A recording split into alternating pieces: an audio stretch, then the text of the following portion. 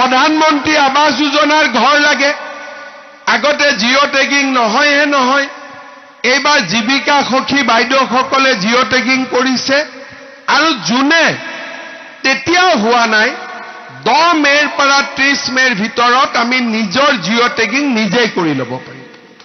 নিজৰ জিঅ' টেগিং নিজে হ'লে নিজেতো নিজৰ পৰা টকা নাখায় নে খাব।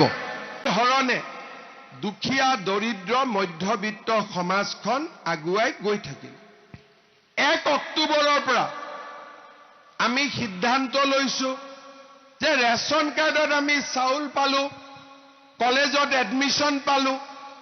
এইবাৰ আমি ৰেচন কাৰ্ডতে ৰাইজক বজাৰতকৈ কম দামত চেনি দিম, দালি দিম আৰু নিমখ দিম। বজাৰত যদি 90 টকা দালিৰ দাম হয় আমি ৰেচন কাৰ্ডত 60 টকাত দি দিম। বজাৰত যদি 90 টকা চেনিৰ দাম হয় আমি আপোনালোকক 60 টকাত দিম। 1 অক্টোবৰৰ পৰা আমি নতুনকৈ দি যাম।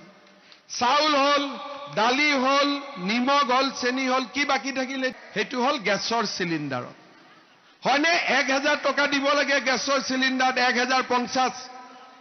এতিয়া 1 অক্টোবৰৰ পৰা আপোনালোকক মই গেছৰ চিলিণ্ডাৰ 650 টকাত দি দিম।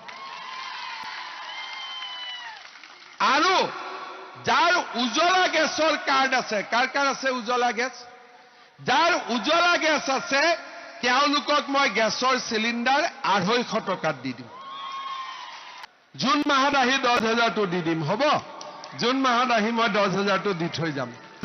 এতিয়া 10,000টো শেষ নহয়, 10ৰ পিছত যিসকলে এই 10,000টো ভাল কৰি খৰচ কৰিব তেওঁলোকক আমি পিছৰ বছৰ 25,000 টকা দিম।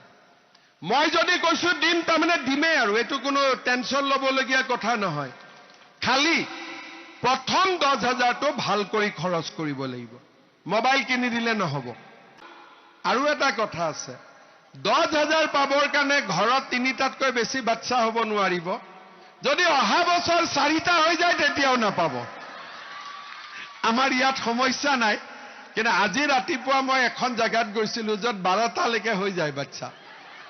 গতিকে তাতে মই বুজাই দি আহিছো যে ভাই 3টাতকৈ বেছি হ'ব নালাগে।